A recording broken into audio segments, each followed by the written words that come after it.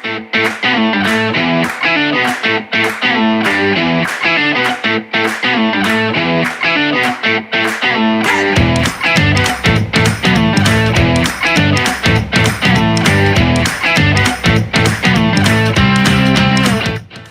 hello to you all. I hope that you're having a great time here at PyCon. I'm having a great time because I'm learning a lot from people like you, so I hope you're having a great time, and I hope that you learn here in this talk, okay? So as you can see from the title of my talk, I'm going to share with you the story of a junior engineer, and that's myself. I guess you can guess that from my face, yeah? And my experience building an ETL pipeline using Python, yeah? If you do not know what an ETL pipeline is right now, so don't worry, bear with me. You'll find out at the end of the talk, or during the talk, okay? So, as Gonzalo said, my name is David, and I love solving problems, yeah, and learning from people like you, because you guys are great and you probably know more than me. So please teach me, correct me, give me answers and questions and everything.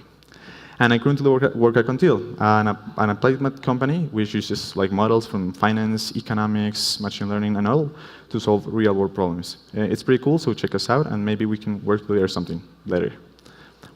And you can find me at that handle. That is my Twitter handle. There I put my tech views, political views, anything. But rather just have a cup of coffee with you, or a cup of tea. I love tea. I guess it's just a really great way to meet people and interact with you. So I just want to share with you what I've been working on lately. First of all, my thesis, which I did last year. It was a web application that I did with my thesis advisor, John Guerra, right there. And we wanted to give users of maybe just photo enthusiasts from deep learning engineers a possibility to explore their data sets, their image data sets, using a web application. So we did that, and it was really cool. You can check that out on GitHub. And the thing that I'm going to talk about today, which is building an ETL pipeline at Quantil, okay? So before starting, I just want to share this. It's an event that will happen in a couple of months in different cities here in Colombia. Just Women in Data Science. I'm sharing this because a bunch of my colleagues here at Quantil are organizing the one in Bogota, and I want you guys to go to the links, learn about the events, and participate. Okay, so please do that. So now, I want to organize this talk like the stories our parents read to us when we were children before going to bed. Yeah. And if you remember correctly, those stories are like a setting on a plot where you learn the characters and their problems and their situation. And then the story develops, something happens, something again happens, and you learn a little bit. And at the end, there's always a moral and a resolution from which you can learn something to your life. Yeah? So I hope to share with you the same structure for my talk. Hopefully that you guys, if you ever had to do something like this for your company or for your consultants or your firm or for yourselves, don't make the same mistakes that we did and go to the better way. Yeah, there's always better ways to do things. So please criticize me at the end. So I wanted to start this setting of the plot using this quote. Actually, it's not a quote, but it's something that our technology classes always tell us during college. And it is that implementing a technology solution is only worth the value that it adds to the business. You may be great at algorithms, you may be great at data science, toolkit, Spark, anything, yeah? But if that thing that you're building is not worth it for anything in terms of money or time, actually no one's going to buy it. So please keep that in mind, and keep that in mind during the following parts of my talk, yeah?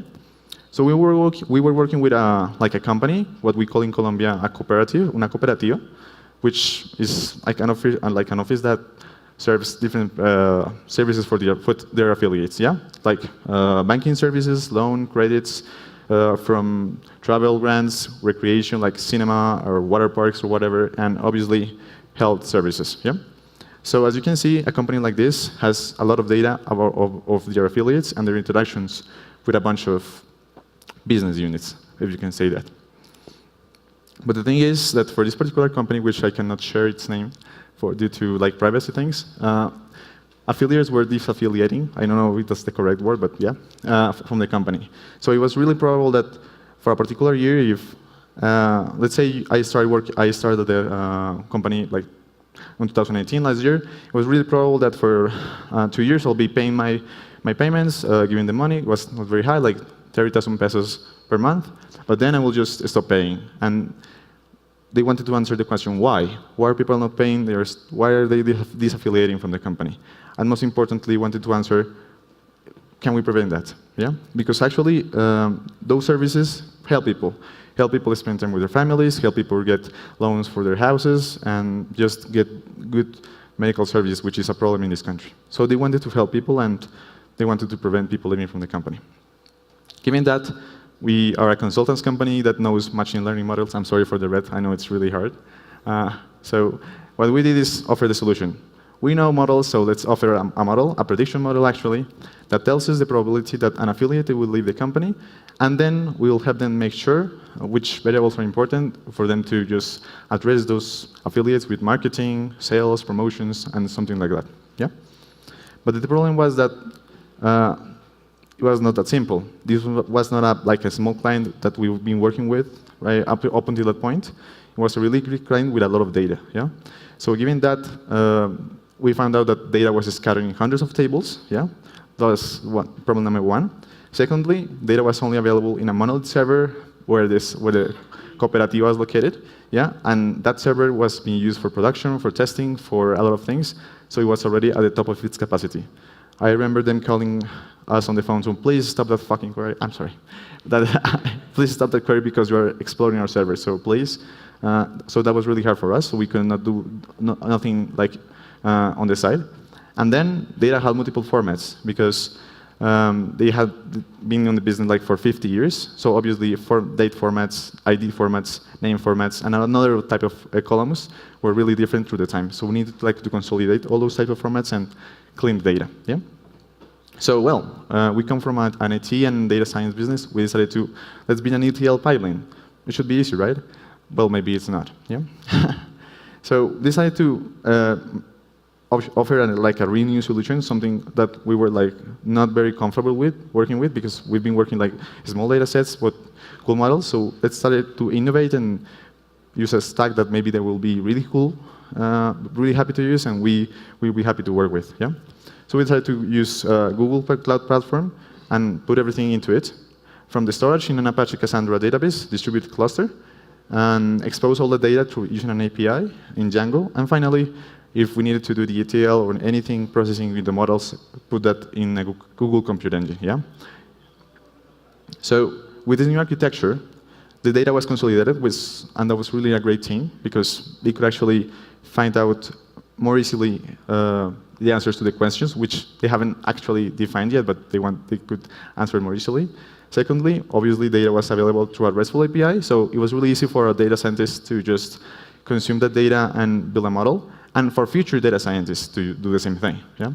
Third, we were not affecting the current in-house infrastructure, which was like the biggest point for us to migrate to the cloud, because we couldn't use their servers. They were like as I said, at the top of its capacity. And fourth, it actually scales more easily.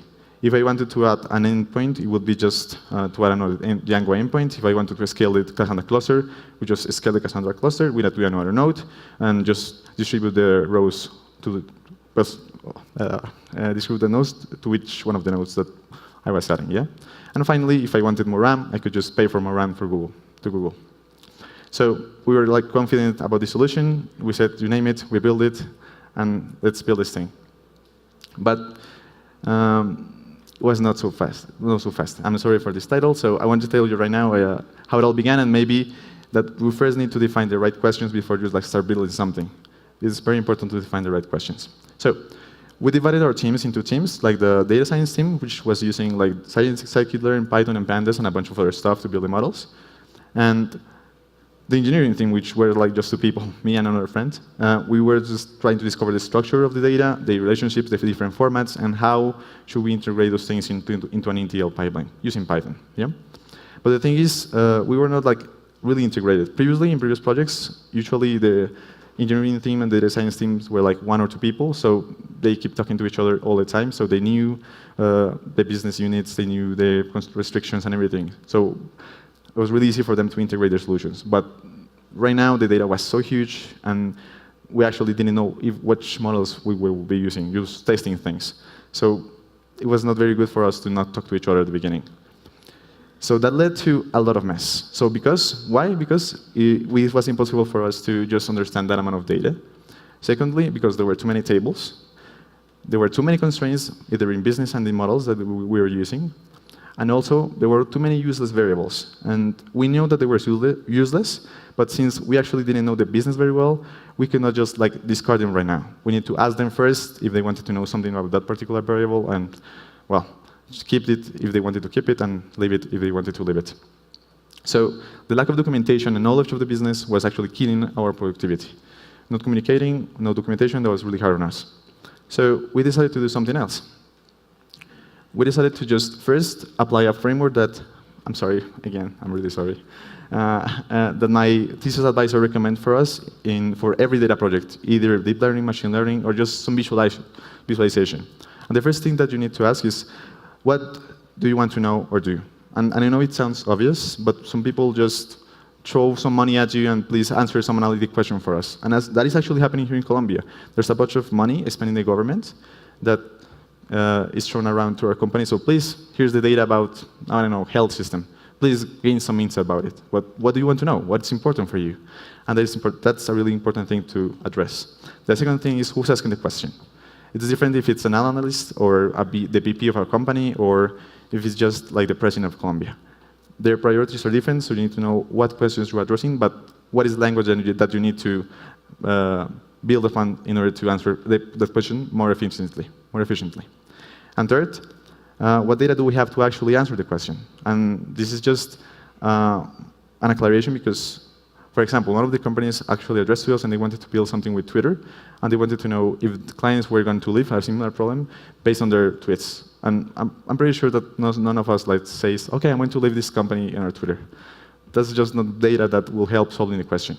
So keep that in mind. So after we thought about these questions and discussed them with our client, we actually found out that they actually only have 5 big analytics questions. And each one of them was really defined. Each one of them was associated with specific tables. And we could reduce our data set from 100 tables with a bunch of columns to only 58 tables. And we actually didn't even need all columns from all those 58 tables. And that was really cool. And with those 3 questions answered, we could just move forward in our process. Now that we have defined the questions, we try to use Python to build the ETL pipeline, but here are the first problems. And as you know, Python is an object-oriented programming language, and it comes with a lot of overhead. You might think, let's say, like in C, an integer is 4 bytes, so a list of 10 integers will be 40 bytes. Well, no. The data structure and all its methods and everything comes with an overhead. And that increases when you use series, which is the number series, which is the building blocks of pandas, their data frames. So that thing scales data a lot, even if your data is not so big. That causes insufficient RAM and other drawbacks. I want to share that part with you. So, do you remember that we're working with affiliates? Well, let's say we have Peter here, or Juan, or whatever. Yeah? So the obvious thing for a company is to associate each business unit, either banking or recreation or whatever, into a table in database. Yeah? Or maybe a bunch of tables for different tables. A table for transactions, a table for cinema tickets, and everything else. But the thing is that in order to answer the 5 big analytic questions that we defined for the company, we needed to have the data for just a particular affiliate in just one place. So I wanted for you, I wanted to know your transactions in the bank, how many loans have you asked, your interest rates in all of them, and how many times you went to the water park with your family. But just for you, and that thing for each one of my affiliates. So I have the data scattered through all the tables. No, I wanted them to be in just one place, to be easily accessible for any data scientist. So what we needed to do in order to accomplish that goal was first remove the duplicate rows, because there was a lot a noise. Like in cash registers, when you pay twice or you can sell something, yeah, that appears. So we need to clean those things. Secondly, aggregate data, because, for example, let's say we didn't care about how many times you went to the water park, but actually just how much you spend on it. So we just add a counter or a sum, counter how many times you have, and then output the number of times you went and how much money you spend in all of them. And that same protocol applies to any other variable that maybe was too sparse or maybe not important. So we wanted just to reduce dimensionality and have fewer variables.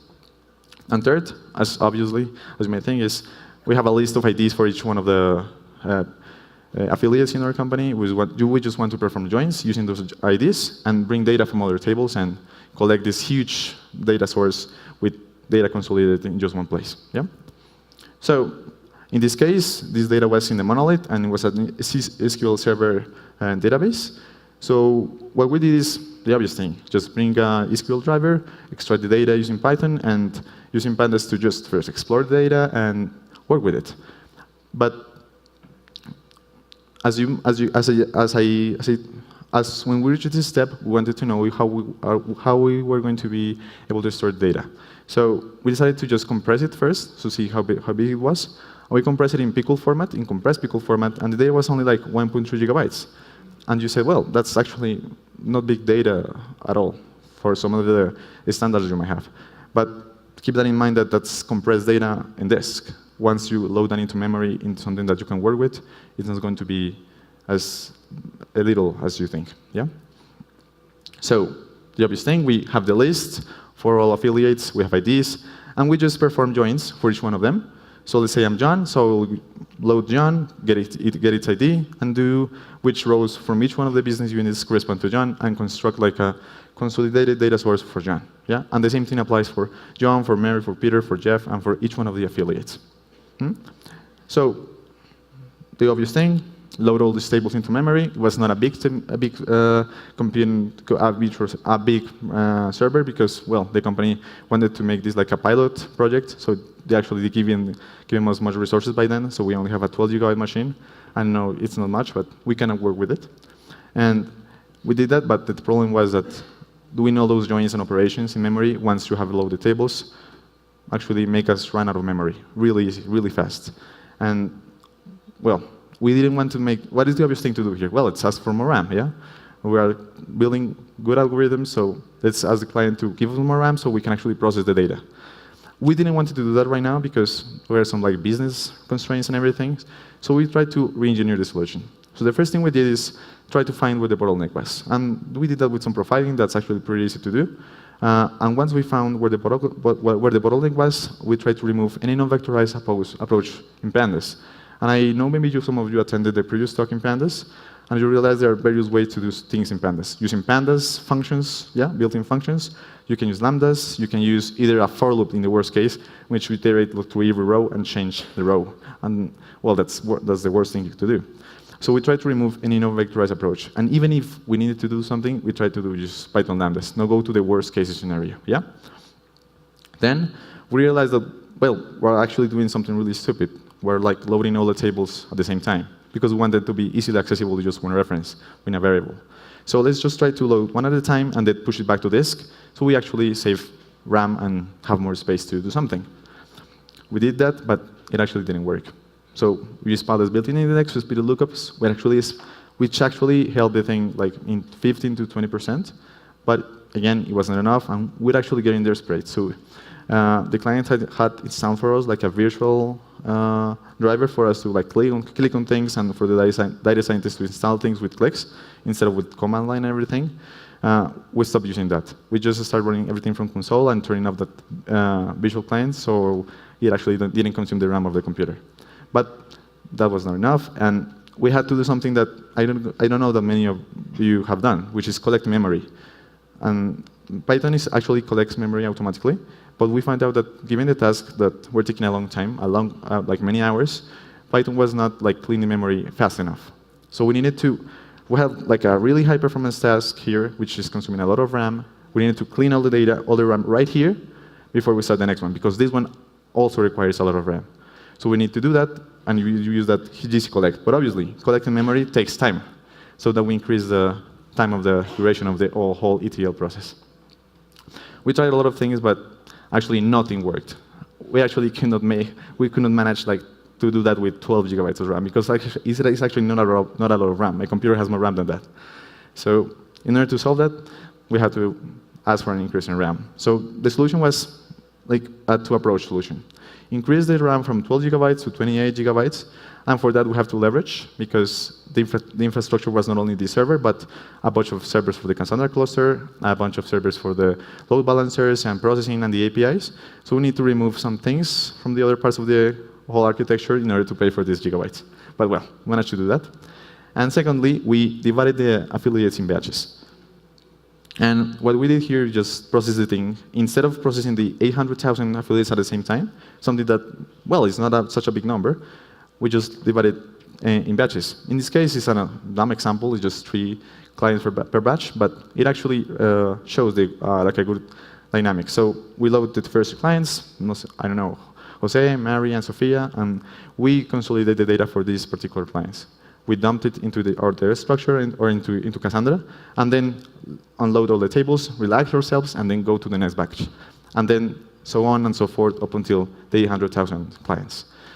This actually worked, and obviously it takes a lot more time than just processing the 800,000 at the same time, but we did it. And the result was this graph. This was a graph of RAM. This part over here at the beginning is just like data cleaning and processing, some format things that we were doing. But the important part is this one, the batches.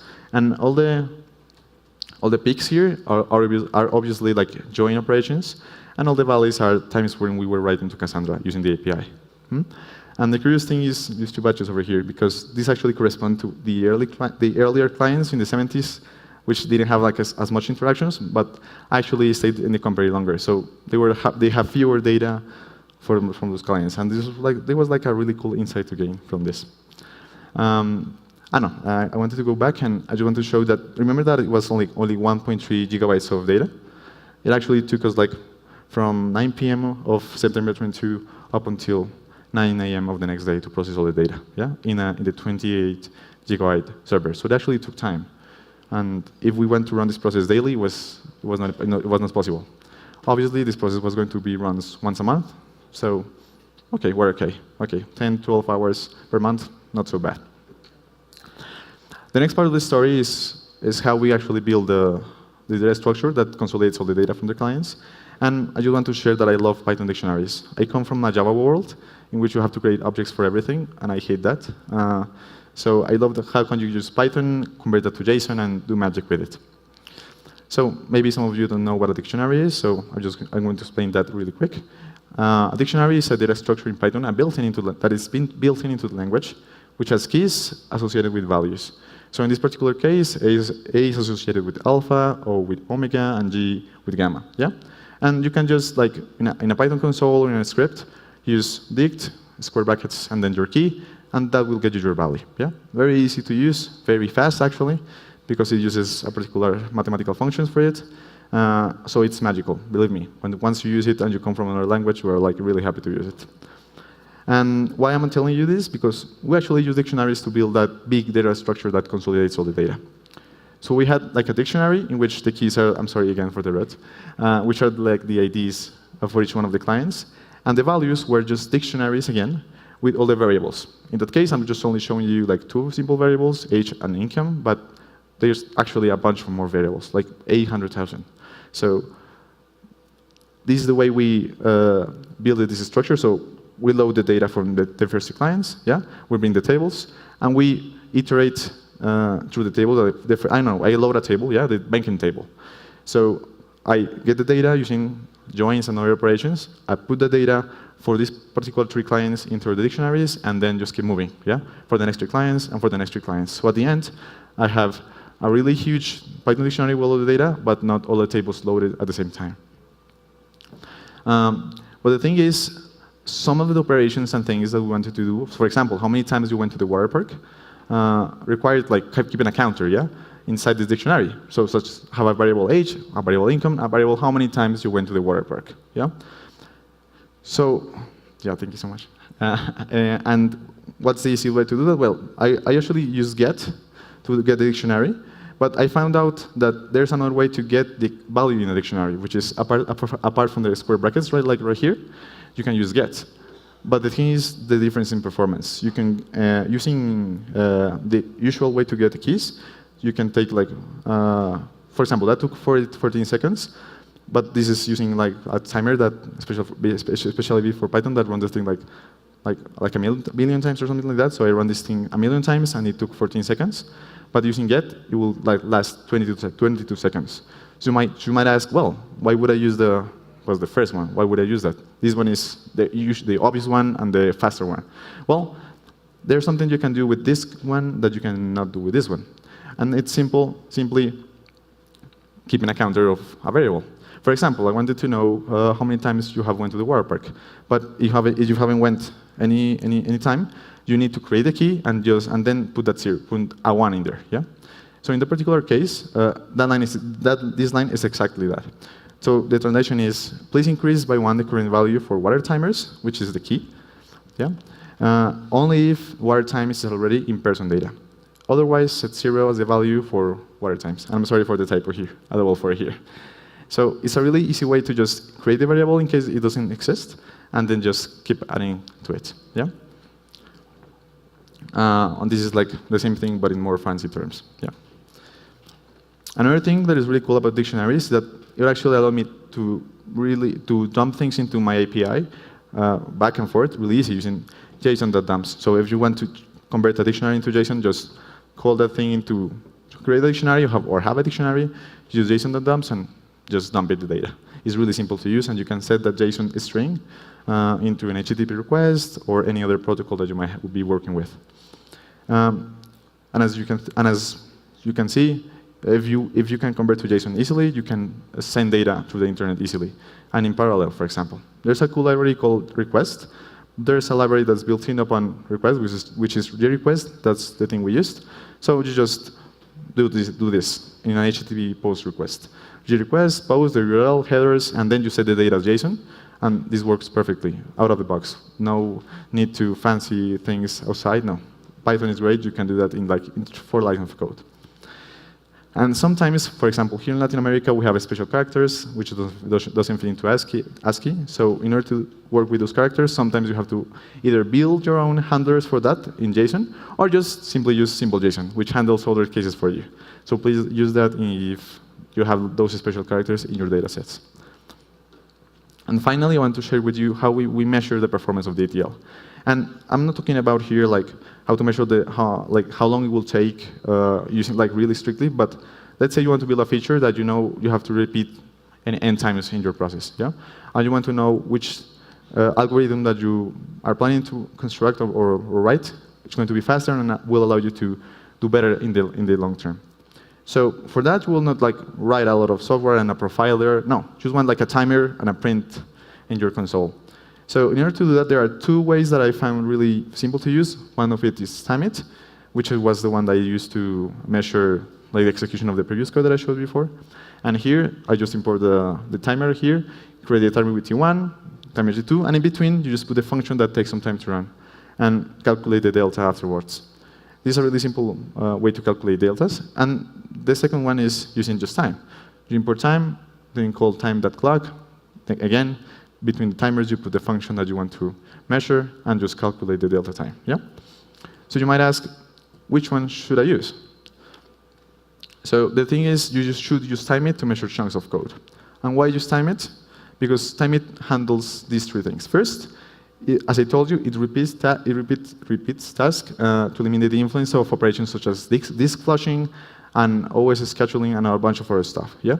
So all of those things your computer needs to do, but that thing adds overhead to the timing. So you need to reduce those things. Secondly, if you put those things between the timers, it actually disables the garbage collector. So you don't take into account the time you're garbage collecting. Yeah. Because you normally you don't take that time into account. But I actually need to take that time into account because that's part of my ETL process. So I'm going to tell you more about that later. And finally, it picks the most accurate timer for your operating system. So what happens if we're using garbage collector in our code, and a big one? As I told you, the process needed to do garbage collection between tasks. So I tried to run different tests using the ETL process. I ran it multiple times, and actually my results were very inconclusive. Every execution of the ETL lasted a different amount of time. Yeah, maybe because maybe there was some noise because there were people using the computer a little bit, but actually I ran it a bunch of times and the results were really inconclusive. So at the end, I decided to go with time just based on theory, and the fact that the other one, which is timeit, actually doesn't take garbage collection into account. Yeah, and the fact that time actually takes the Python date, which is like Python-date, and which is like the bash date in your computer, which is enough if you're measuring like hours, which was our case. So my advice, just know your problem and test both approaches, or maybe even another approach that you find on the internet. And then choose the one that's actually closer to the real-time difference of your process, if it takes a long time, such as mine. And if you're only measuring like chunks of code, I will say that you just go with time it, because it'll actually give you a good measurement to compare with other chunks of code, to choose which one to use. And finally, as I told you, there will be like a resolution and moral.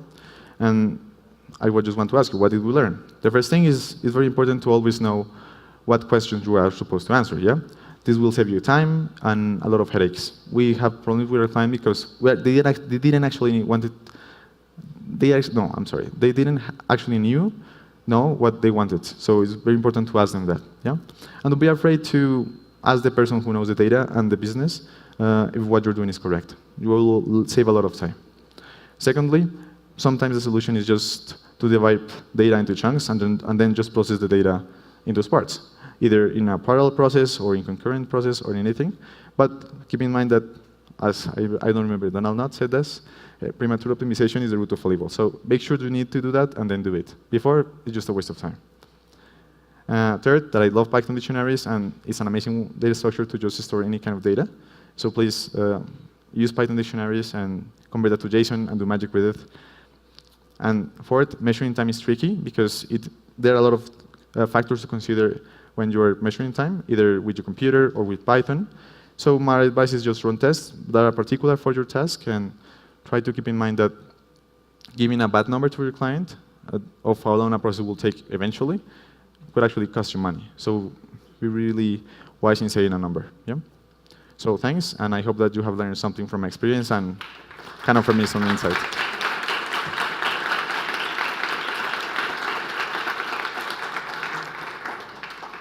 So any questions, suggestions, and critics? I'm sorry, I guess they have to give you a microphone.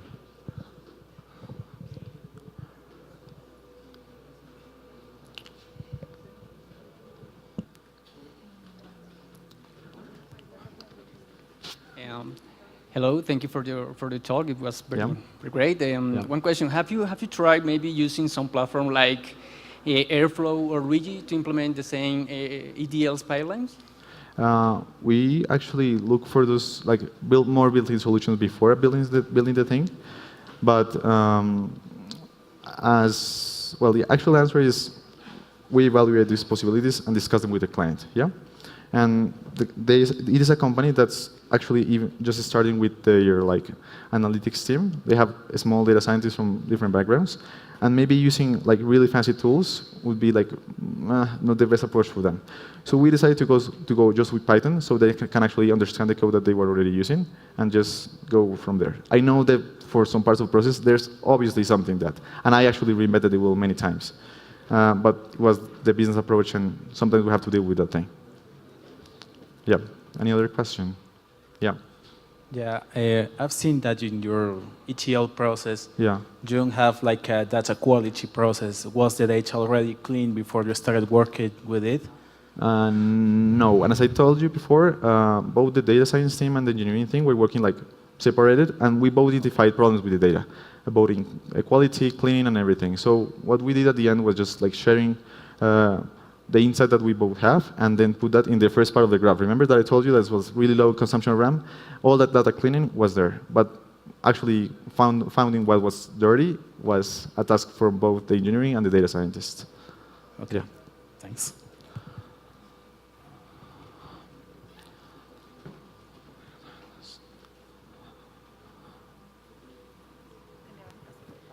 Thanks for your talk. Yeah.